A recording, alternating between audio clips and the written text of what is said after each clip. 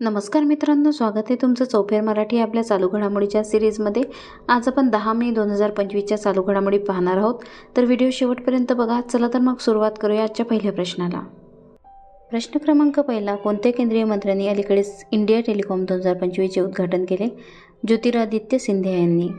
Important points आहे, केंद्र आणि पूर्वांचल क्षेत्र विकास ज्योतिरादित्य सिंधिया यांनी 6 मे 2025 रोजी नवी दिल्लीत भारत टेलिकॉमच्या 22व्या आवृत्तीचे संचार सुरू केले। भारत टेलिकॉमचा एक वार्षिक कार्यक्रम आहे ज्याचा उद्देश भारत विश्वाचे संपूर्ण दूरसंचार समाधान प्रदाता म्हणून दाखवणे करणे आहे। प्रश्न क्रमांक दुसरा, भारतीय हवाई दलाच्या उपप्रमुखपदी कोणाची नियुक्ती करण्यात आली आहे? एअर मार्शल नरवतेश्वर तिवारी यांची। इम्पॉर्टंट पॉईंट्स आहे, भारतीय हवाई दलाने एअर मार्शल नरवतेश्वर तिवारी PVSM आणि AVSM VM यांचे हवाई दलाचे नवे उपप्रमुख म्हणून स्वागत केले।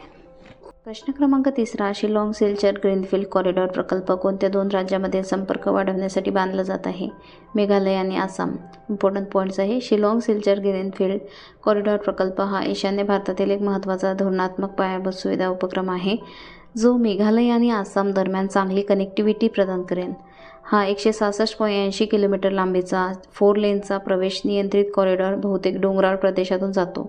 या प्रकल्पामुळे या प्रदेशात रसद, पर्यटन, रोजगाराच्या संधी वाढतील तसेच आंतरराज्यीय आर्थिक एकात्मता वाढेल।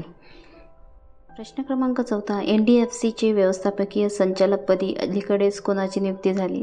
प्रकाश मगदुम। इम्पॉर्टंट पॉईंट्स आहे, प्रकाश मगदुम यांनी नॅशनल फिल्म डेव्हलपमेंट कॉर्पोरेशन NDFCचे व्यवस्थापकीय संचालकपद स्वीकारले आहे।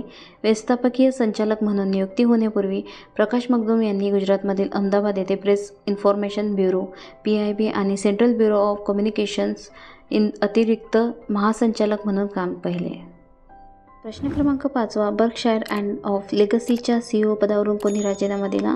Warren Buffett. इम्पॉर्टंट पॉईंट्स आहे, बर्कशायर हॅथवेचे प्रतिष्ठित गुंतवणूकदार आणि CEO वॉरेन बफेट यांनी 2025च्या अखेरीस निवृत्त होण्याचा आपला इरादा जाहीर केला आहे। सध्या गैरविमा ऑपरेशन्सचे निरीक्षण करणारे उपाध्यक्ष ग्रेग ॲबेल हे त्याच्या जागी येणार आहेत।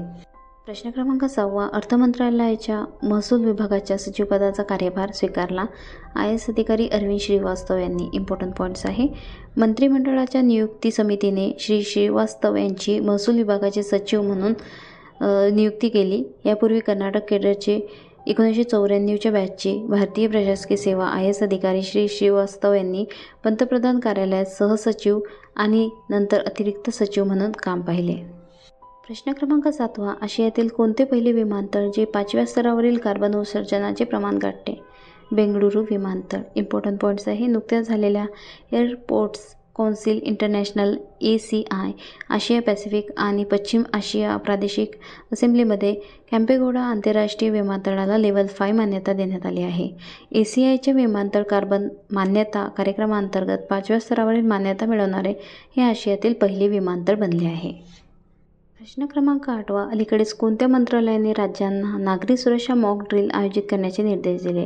केंद्रीय गृह मंत्रालय। इम्पॉर्टंट पॉईंट्स आहे, भारत सरकारच्या गृह मंत्रालयाने सर्व राज्ये आणि केंद्रशासित प्रदेशांना 7 मे रोजी मॉक ड्रिल करण्याचे आदेश दिले आहेत। पहलगाममधील हल्ल्यानंतर भारत आणि पाकिस्तानमधील वाढत्या तणावाच्या पार्श्वभूमीवर हा निर्णय घेण्यात आला आहे। प्रश्न क्रमांक 9, WTT यूथ स्टार स्पर्धकात कोणत्या भारतीय जोडीने अंडर-19 मुलांच्या दुहेरीचे विजेतेपद जिंकले? अंकुर भट्टाचार्य आणि अभिनंदन प्रधावधी।